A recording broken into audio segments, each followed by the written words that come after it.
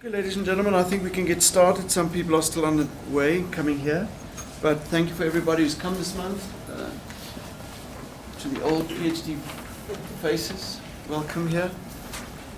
Today we're first going to give Ben Durham the opportunity to share how his PhD journey is progressing. Ben is from the Department of Science and Technology, and he's very well versed in the domain of bioinnovation and the matters related to the field. But what we, for purpose of his discussion today, is still very much at the early stages in Mecca of his research. So what I really want the colleagues, Marty, who are more experienced and have concluded studies and in research, I think Ben will benefit from guidance regarding methodological aspects. As I discussed, Sam, it's almost as if Ben could easily get involved in a super duper project. But we want it to be a thesis, so that people around the world can read it and develop insights regarding the theme that he wants to, the problem that he wants to solve within his space. So please interrupt as usual and engage and ask questions. And if you feel, Emeka, that he's going on a path where you don't like him to go, Emeka is very good in bringing people back, sort of, in some way. So I don't think I want to say much more, Ben, than maybe ask you to, almost by way of introduction, share with us, as a PhD researcher, from what ontological space do you come, and how do you view the world from an epistemological point of view? Because I think that will help us all to get into your world and say, okay, now we know the research is, and then we can go to the next steps. Great. Thank you. Sorry, I'm a little bit taken back. I thought I would be speaking second. We always surprise people. Okay, great. Great. And apologies, I haven't been to one of these before, so I'm hoping what I say is not going to be too far from the norm, but nevertheless, I have given some thought to what I'm wanting to say.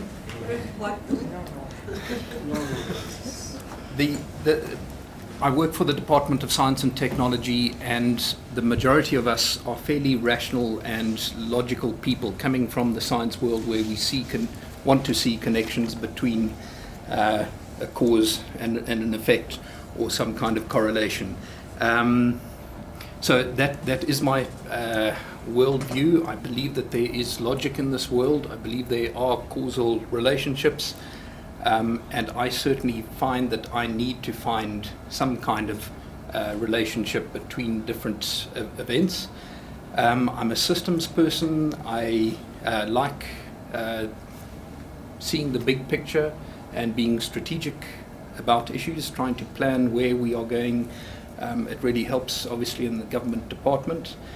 I'm not sure if this is relevant, but I'm an anti-materialist in the sense that I don't believe in status that is exhibited in the way that you portray yourself. I want to see the idea, the real thoughts, the analytical behind what is there. I'm not impressed by a person's house or the fact that they have an aeroplane or something, unless they can also show there's what it is behind that's got them to that position.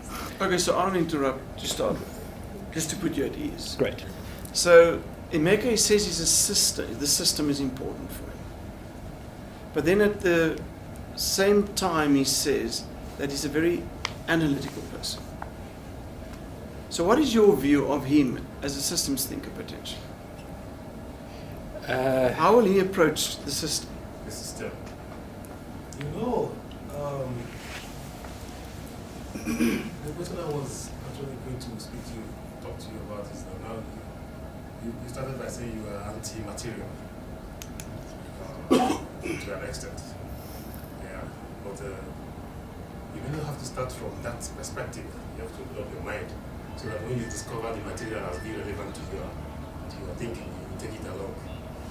is relevant to what you are actually doing. If you find material to be relevant to what you are doing, you will not close your eyes or your mind to it because you are anti-material. And I think that's important because it relates to my question. If you say I'm system inclined, I wonder what makes it necessary for you to say that I'm analytical.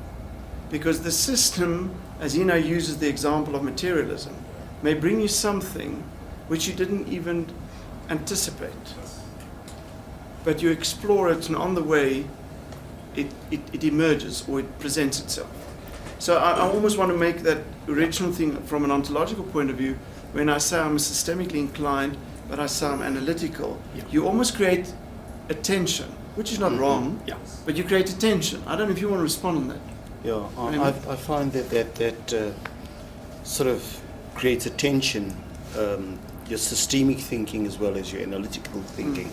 And when you made the statement anti-materialist, I immediately went to another school of thought and said dialectical materialism rather than anti-materialism, Right. which really begins to, now if you take Hegel's theory of dialectics, where he sees the thesis, antithesis and a synthesis, and he blocks there, but you take a Marxist perspective of that, it goes in a quite rotational point of view, then begins to analyze your whole notion of what is in a person and you know your whole thinking.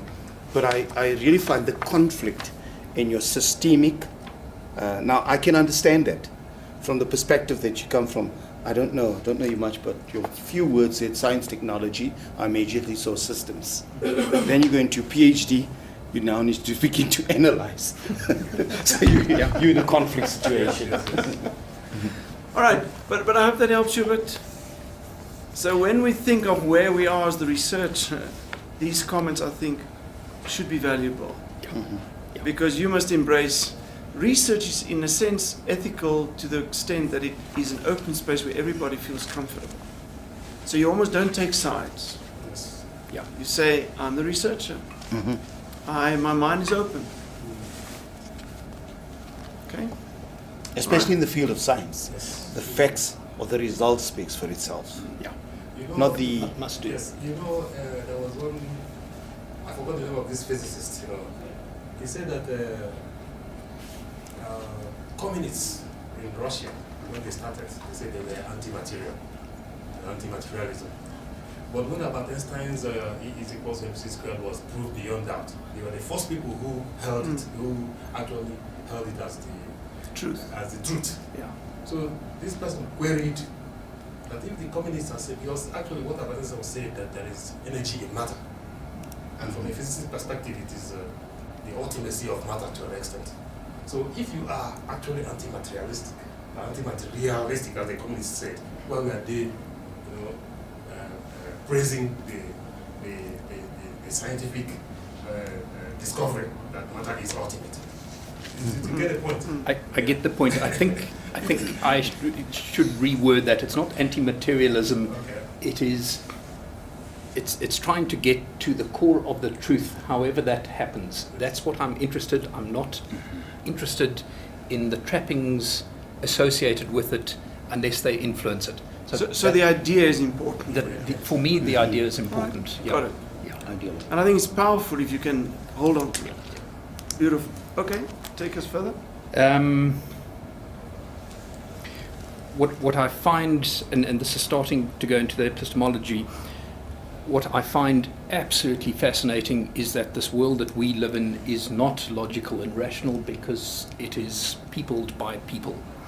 And I'm not saying that people are irrational, but I'm saying that the motivations are not always clearly aligned with the most logical way forward. In South Africa, we are plagued with corruption. There are other incentives that mean that things don't always work in the fashion that they're meant to do. There's trust issues which mean that you would rather go with X than Y, even though Y is perhaps the more logical solution. So what I find fascinating in my work environment is the people dimension and how it influences a logical, rational strategy. And that's a certain dimension that I really want to explore, because in government, people issues are so critical. We're all aware, presumably, that it's who you talk to and how things are influenced in the political space that will dictate how things turn out. So although you have possibly a very rational strategy, there's more to it than just the words on the piece of paper. And it's trying to balance those two that I'm trying to get some dimension of in my PhD. So I want to ask something on that. If you go, is that assumption truth? Cami, is that the truth? It's his truth. It's his truth. And he did indicate that he's working on the idea. So it's your truth. Because if you speak to if we had this discussion today in the context of Denmark, what would we have said about this? What would the response have been to your truth regarding things being politicized?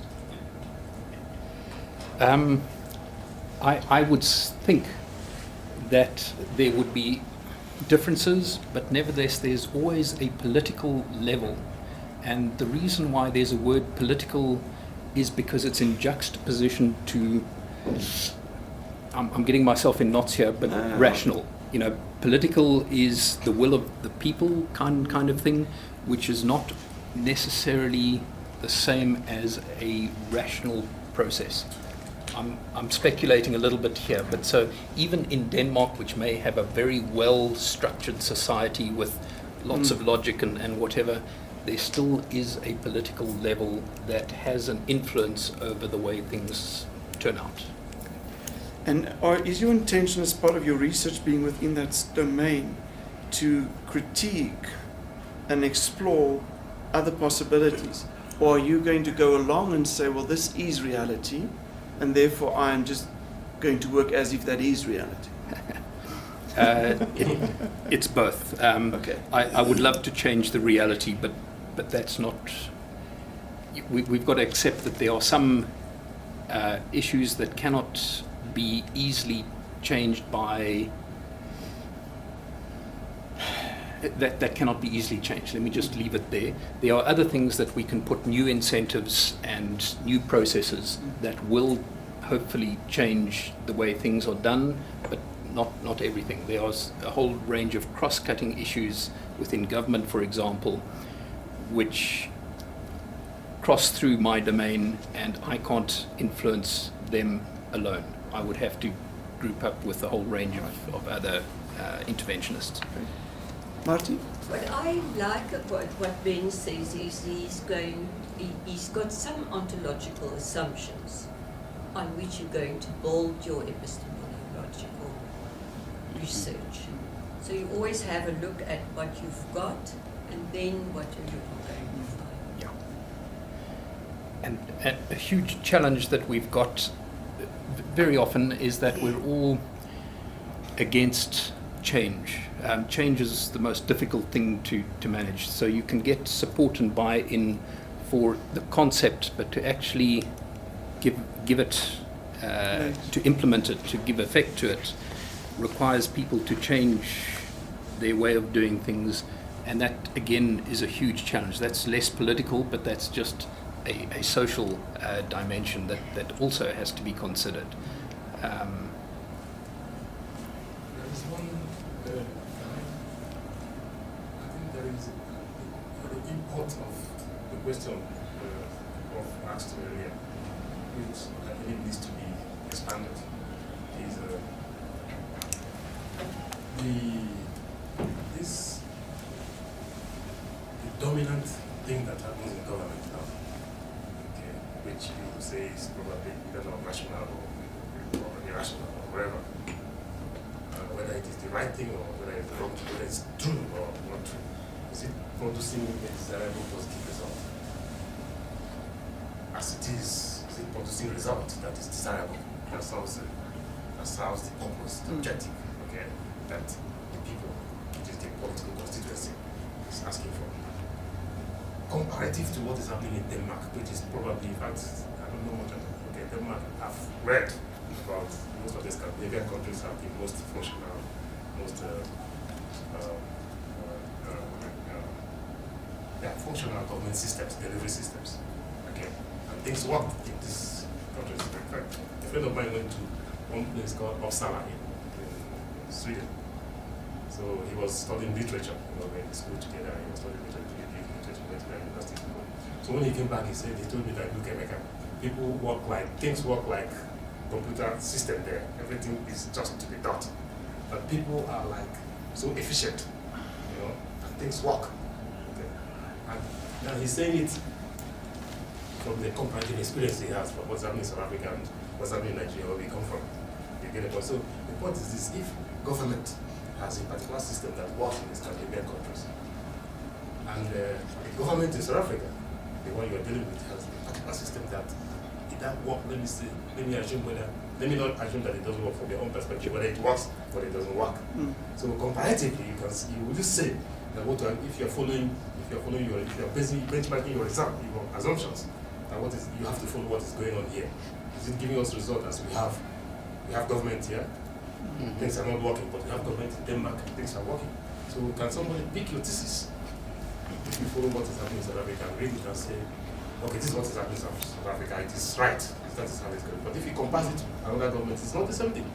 So from an ontological perspective, the nature of government here, you could see that if it's not working right in South Africa, the nature of the way government is being operated here is not right. So you cannot follow it.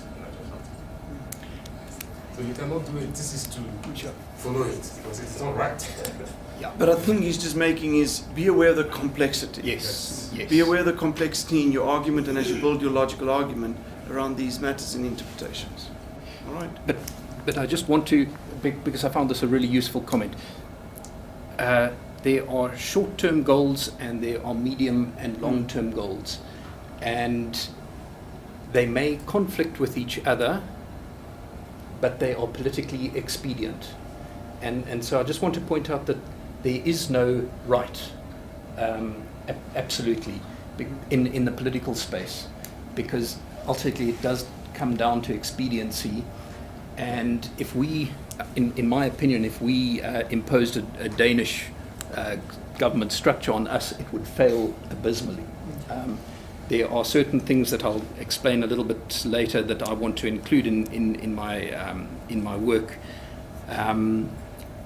that show that we're in a path that is developing, and we are learning the lessons that are appropriate for South Africa. And we cannot assume that there is a better model anywhere else in the world, because South Africa is different, and I'll explain that. I have to justify that. Good.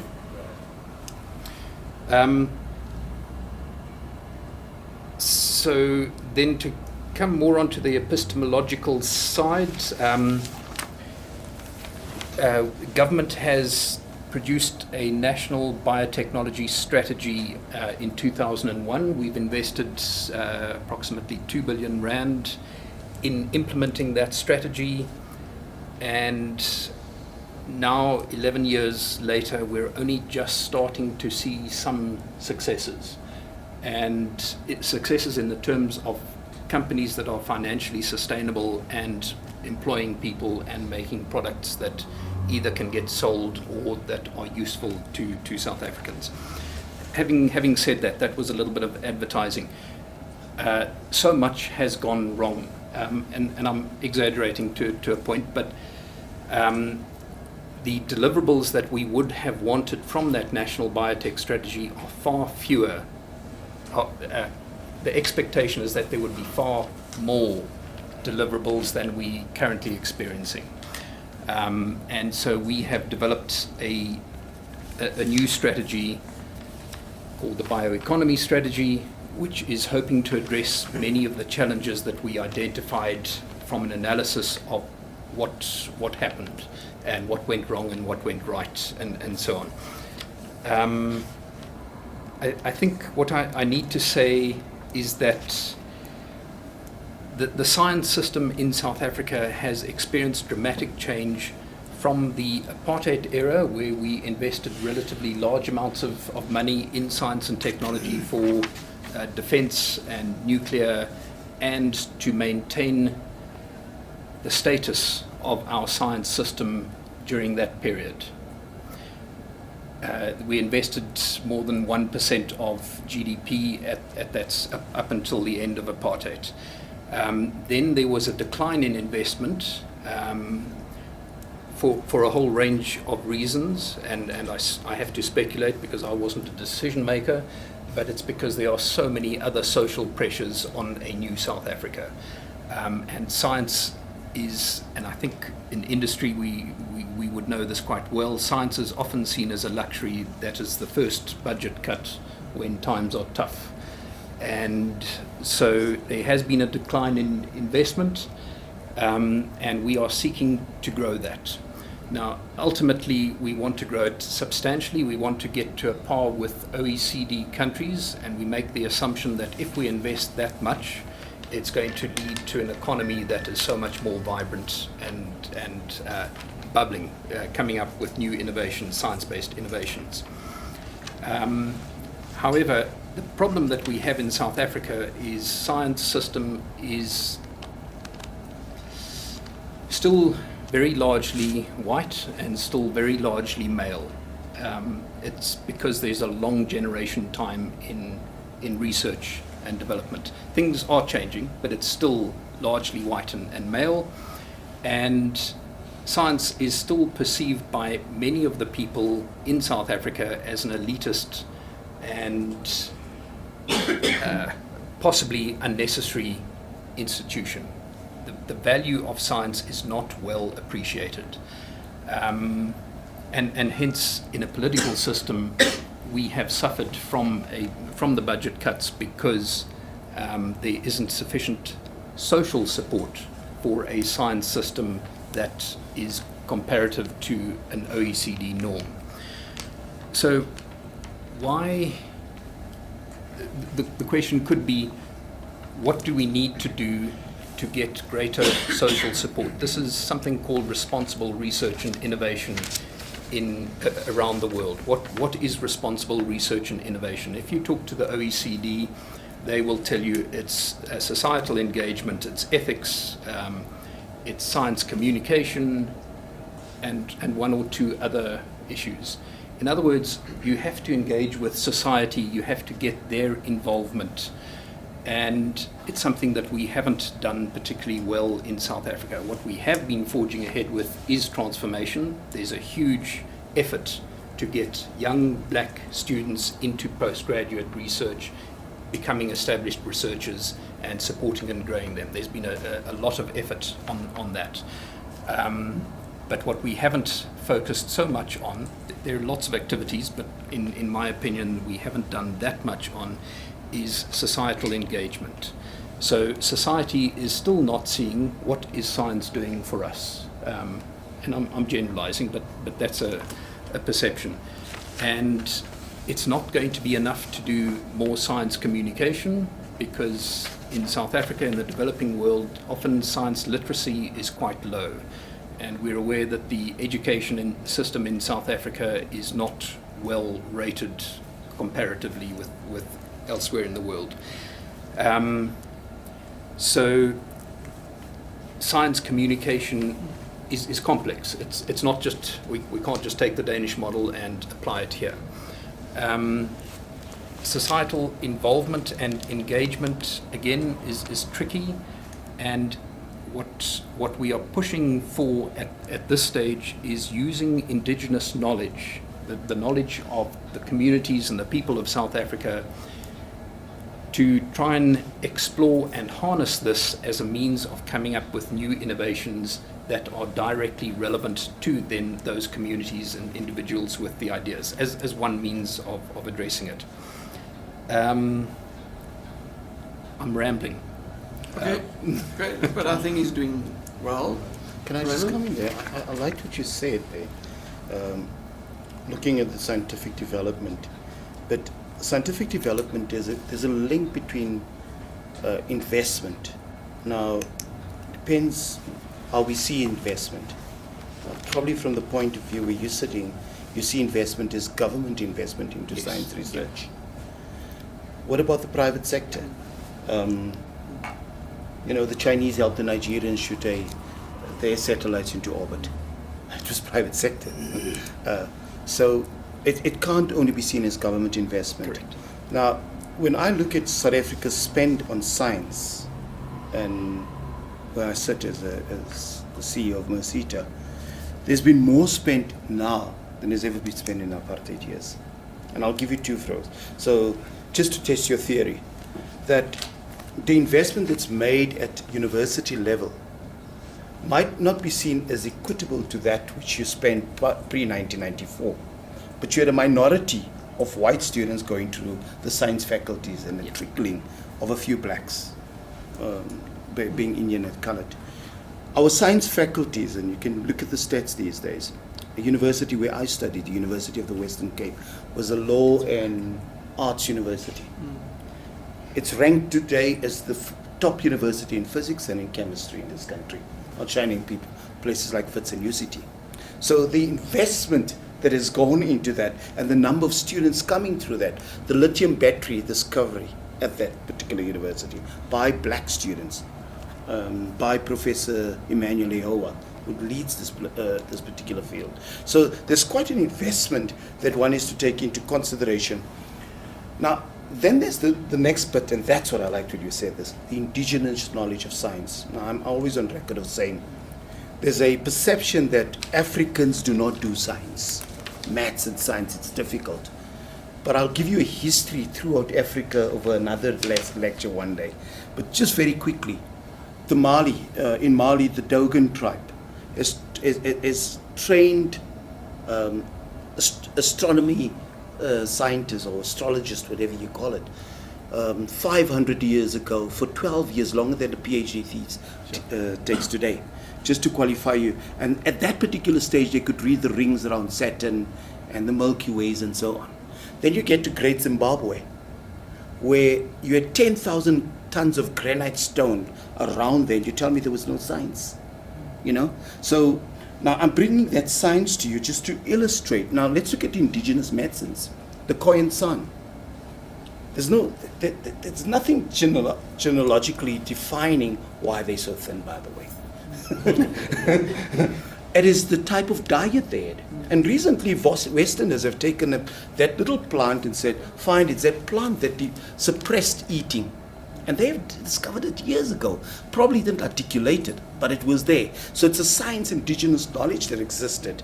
And one is to take the continent into consideration, not the geography, versus your European societies, And I think that could be an interesting debate on how we perceive science and the development of science, and not only a Eurocentric perception about science.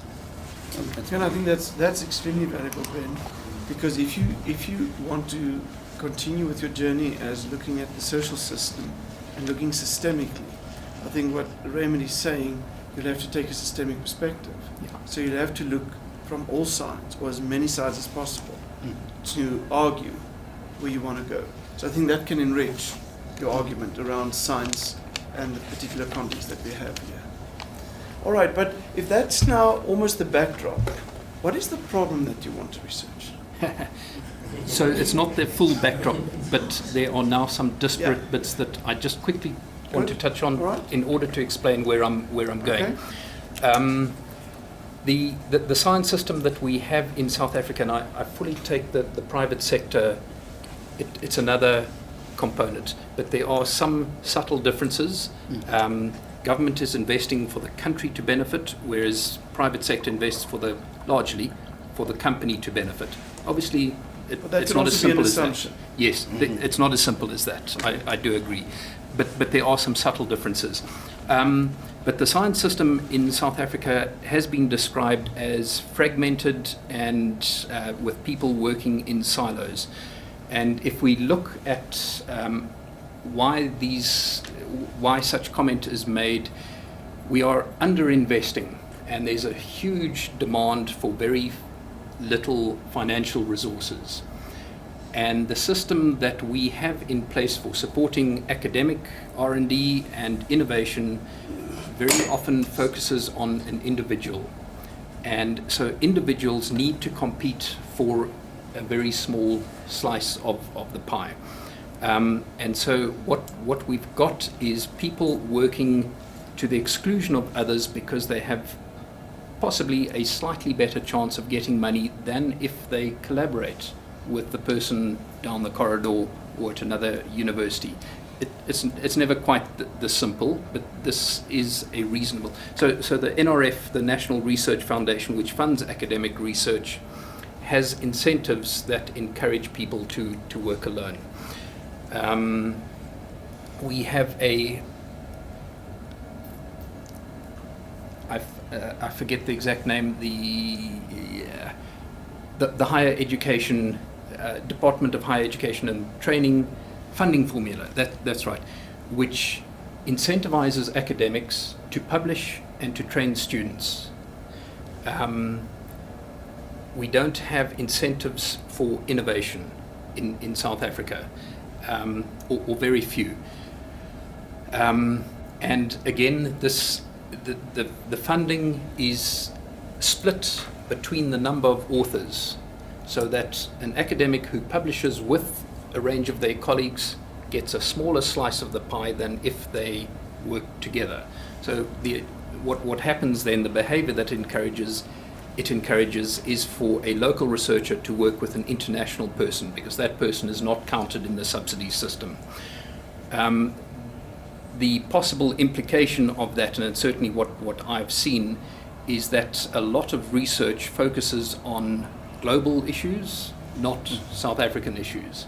So we have a range of systemic problems that, if we are to compete internationally, where there are far more resources and far more substantial funding per project, we are going to have to overcome some of the challenges that I've just identified. I'm trying to think of other particular areas that I need. Transformation in terms of black participation in activities is also to some extent a problem, because there are not enough of, and I know that's strange in a country that the majority is black, but in terms of trained, science-trained people, there's still a minority. It is changing, so that will get better over time. But nevertheless, the enormous pressure that is put on to make sure that what government is investing in is socially responsible, it has proved quite tricky as well, because we can't continue to fund mostly white males when the country is saying that that's an elitist system. So there have been various challenges. Okay, I almost want to give you time out on this theme. Great.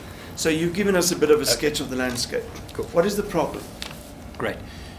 So the problem is coming up with an innovation system for biotechnology that is going to be able to deliver a sustainable system for South Africa. And sustainable then has to be unpacked. In other words, it's supported by society, it has political support, it's doing what is relevant to the people of South Africa principally, and it is improving the use of science and innovation in finding solutions for South Africa. But ultimately, that's sustainable science support. Okay, so let's talk about that. So you want to work on innovation systems to create a sustainable system. Jay, what does that tell you? Okay, is that palatable in a PhD?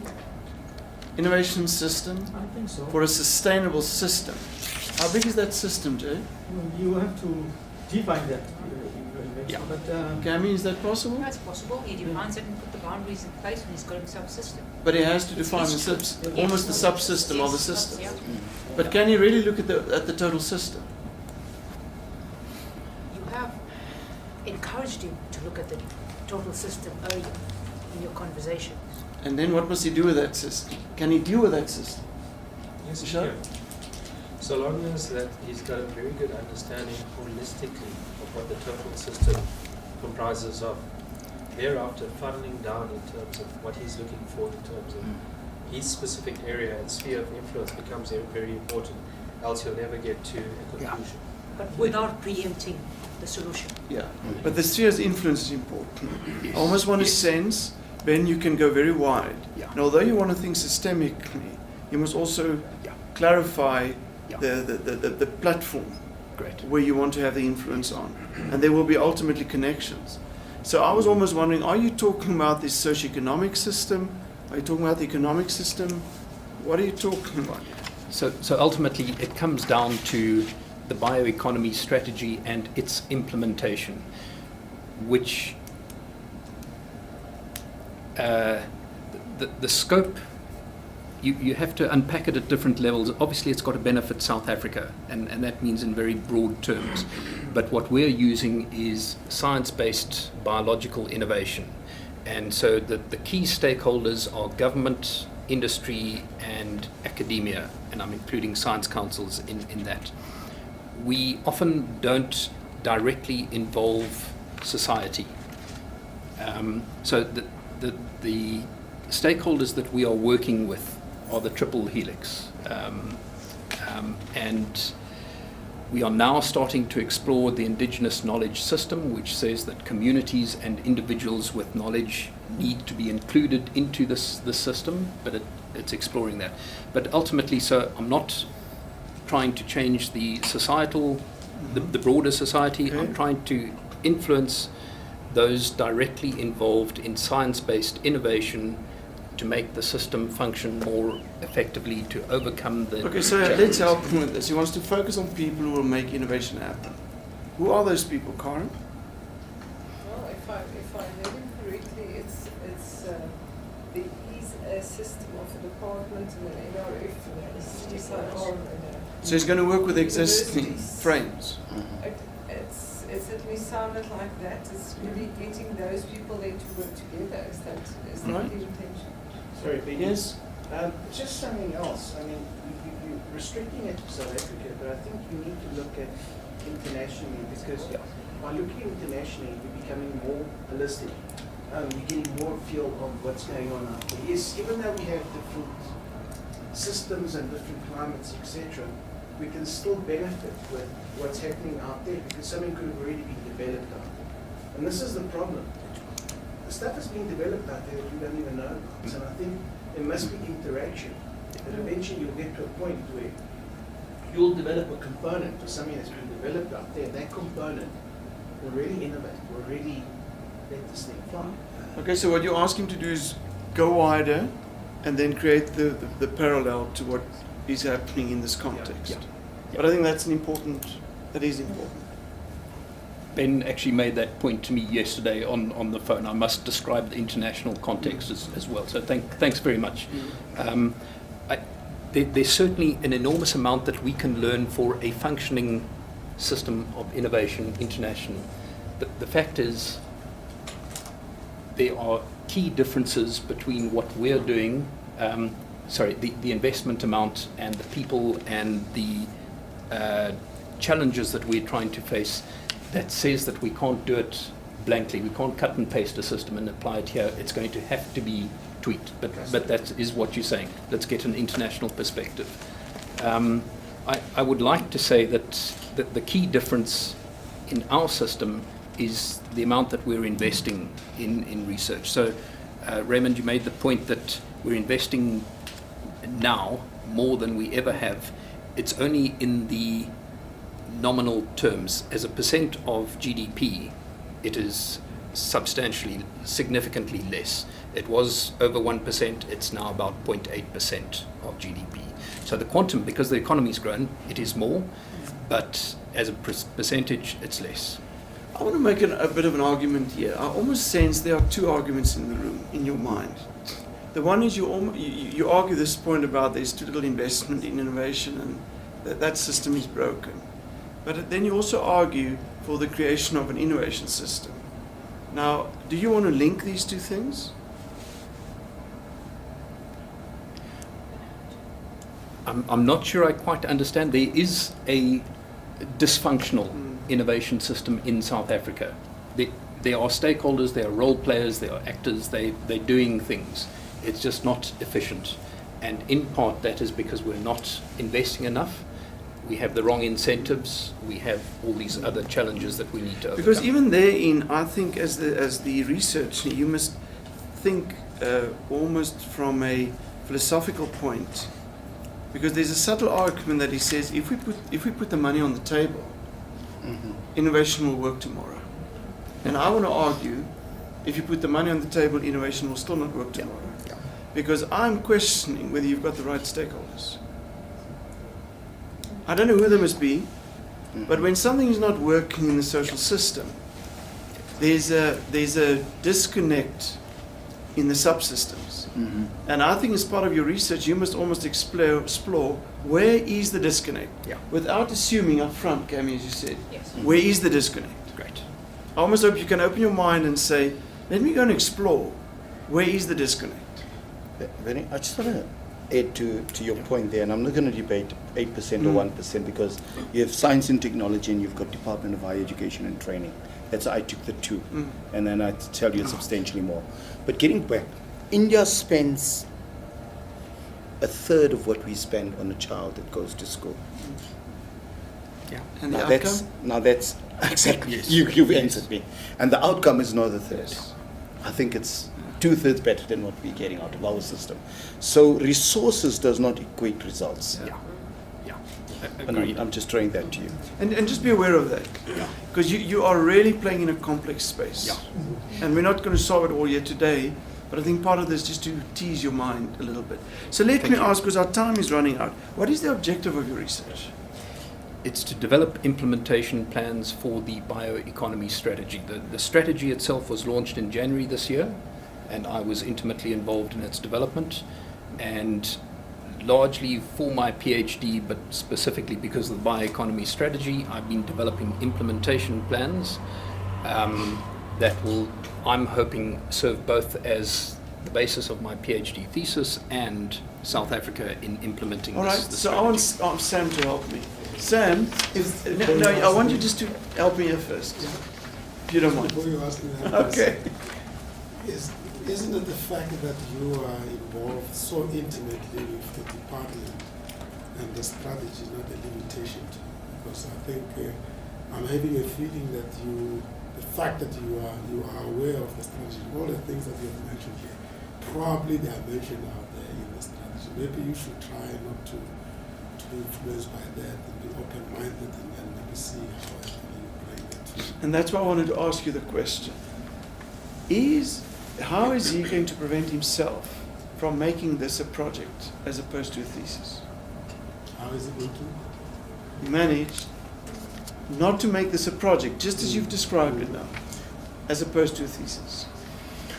I think that openness is which I think it's a bit lacking from our point. I think there's a lot of things that are really influencing our approach. And I think try to be a little bit more open and reach out to the broader stakeholders and allow the stakeholders to guide and go with the flow. Not to make it really something that's responding to something that you are very intimately close to. That's just from what... No, you don't need to explain. Yeah. You don't need to explain. That's fine. Yes. I just have a question. I promised Ben I'm not going to be harsh. Because it's my turn next month. Just two questions. One is, how do you remain objective, being involved in this as a project, firstly? And secondly, how do you test it? So you are producing something, or you want to create a strategy or a plan to implement the biotechnology strategy. But how and where do you test it? Because you're obviously going to need a previous scenario to say, okay, this was what was wrong. And then you're going to need a scenario that says, now that we've implemented this, this is what's working, or has it worked? How do you propose you're going to do that? If your thesis is going to cover the depth of that, or just... That's a difficult question.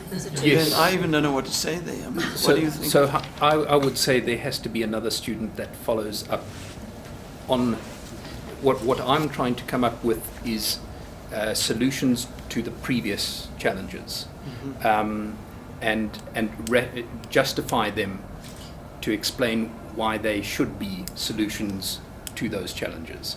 But whether they actually turn out or not to be solutions, I think is well beyond what I can do, because I don't want to do what Jean did, spend 15 years. Yes, yeah. That's my concern, and that's why I Yeah. just want clarity on it. Because Yes. to test this, to take it through to the next level, it Right. would take a lot of time and Yeah. effort, and obviously all things being equal, and having the ideal environment that you require for it to be successful. And then the first question on terms of how do you remain objective, because you are obviously part of this project, it's close to you, Yeah. and you want to see it succeed. How do you remain objective from that perspective? So please help. That is something that Look, I'm not sure. I think that's difficult, but I always think one must be transparent and acknowledge the limitations of the researcher. I think if you can be transparent throughout the thesis Yeah. in where you find your difficult space, where does the conversation become very complex and very difficult? Just state it. Yeah. You don't need to be perfect. You don't need to answer all the questions as objectively, as it should be, but probably as you could do it. I think one must just be transparent in that. And that's why a referencing group in your study, I think, will become very important. You can appoint as the thesis writer 2 or 3 people almost as an advisory council to you and say, guys, this is what I see. What do you see?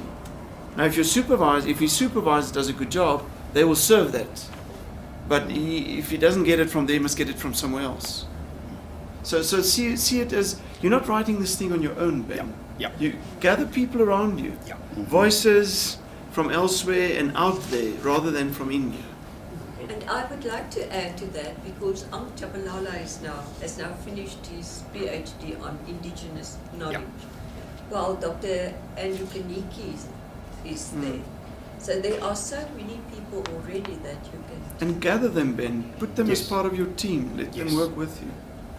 They are, and just in terms of methodology, we've appointed a interim coordinating committee, which is stakeholders from industry, government, and academia. And the methodology that we used was, firstly, we did a SWOT analysis, where we had a facilitator to encourage everyone to tell us what the problems were. So we've got a SWOT analysis. We then followed a process to get concepts that would address the biotechnology challenge in South Africa, recognizing the context that it's in, so their social outcomes as well as biotech solutions. We did that in a manner where ideas were not challenged. They were presented, everyone we went around the room several times, everyone had to put forward a concept, and we didn't challenge them at that stage. People were asked to write comments, and those were then pasted on the same board with the concept.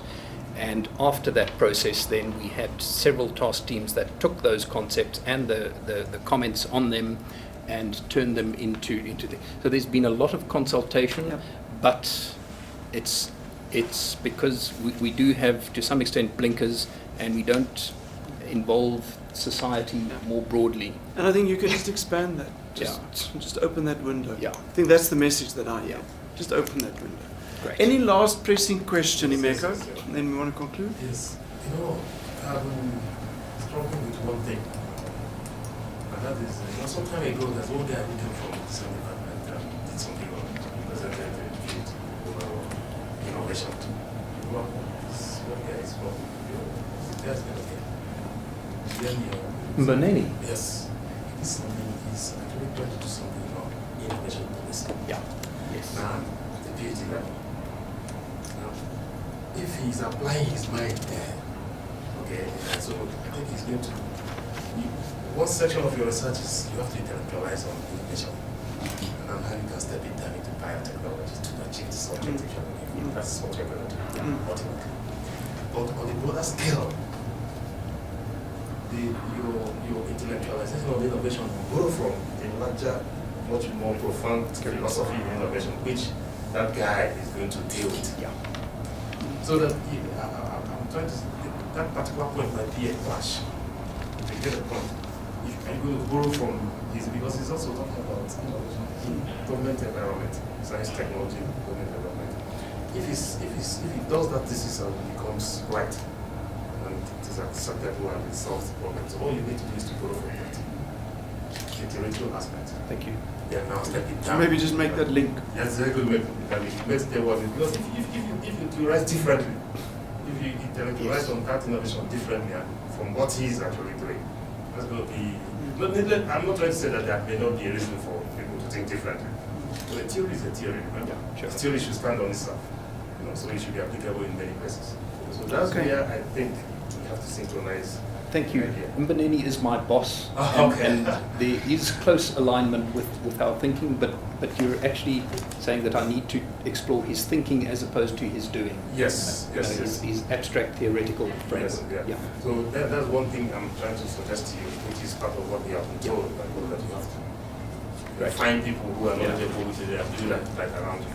But the second thing you have to think, which we haven't gotten a sense of here from your research, is the problem that exists within the biotechnology right now. These problems that you are trying to find solutions for, which you are trying to use innovation to, because we don't have a sense of it. Yeah. And I think you must just articulate that in your thesis problem. problem. Those problems. Yeah. And, Great. And now probably another session where you will discuss those problems, see how innovation and design will help us to come into it. And when you are looking at the people you are going to, the stakeholders that is being spoken about, some of them will be politicians, some of them will be academics, some of them will be industry people and all those stuff. It's always you have to find exactly who has that knowledge without political bias, without any other financial bias or political bias. You will need the intellectual who is going to give you this truth. I don't believe that truth is relative. You know, well, other people might say that, but for me, truth is not relative. Truth is truth. You know? Yeah. From an ontological and topological perspective, truth is truth. So it's not relative. So that's my perspective. So you can continue. We can have an argument on You that. can have an argument on that. Great. Thank you. I think the other point I want to make, Marty, I almost sense we must think as colleagues around the room, and Ben, maybe you must think around it. How comfortable are you, for purpose of your research, on the methodological aspects? Because I almost sense Ben is not touching that yet. It's almost as if it's ahead of him. He's not getting to it. And maybe you must think from that side, who can you have discussions with simply about research methodology? Not to say you must choose, this one or that one, but what is your awareness around the methodological aspects of a thesis? So maybe you must just make a little note on that. Feed him some reading, or let him have coffee with somebody. I think that could be also very helpful. useful. Thank you. Yeah. Right. And anybody else who wants to have discussions with Ben? I know Nishad is considering working in this space. That's why he's here today. So maybe you and he must also have a discussion. Just from your side. I have a very short comment. Just we've been talking about epistemologically, and I just want to touch on the etymological aspect. I think it's very important from a scientific rigor point of view that we don't confuse a challenge with a problem. And I'm very pleased to hear that Sam talks about problems quite correctly, and you are still stuck in the South African context of challenges. The challenge is not a problem. The problem is not a challenge. I'm explaining to you the difference later. That's political speak. Yes, you're absolutely right. Thank you. It's not scientific. Thank So you. what is he saying? Free yourself from that political Yes. speech. Yes. Great. Ben, thank you very much. Great. I hope that some of the colleagues will talk to you afterwards and make some linkages, but please feel welcome. And Marty, if we can, let's give him more support that if he needs on the methodological aspects. But welcome. Thank you. Thank you for your time. Thank you. Can I go back? So you can sit with us here.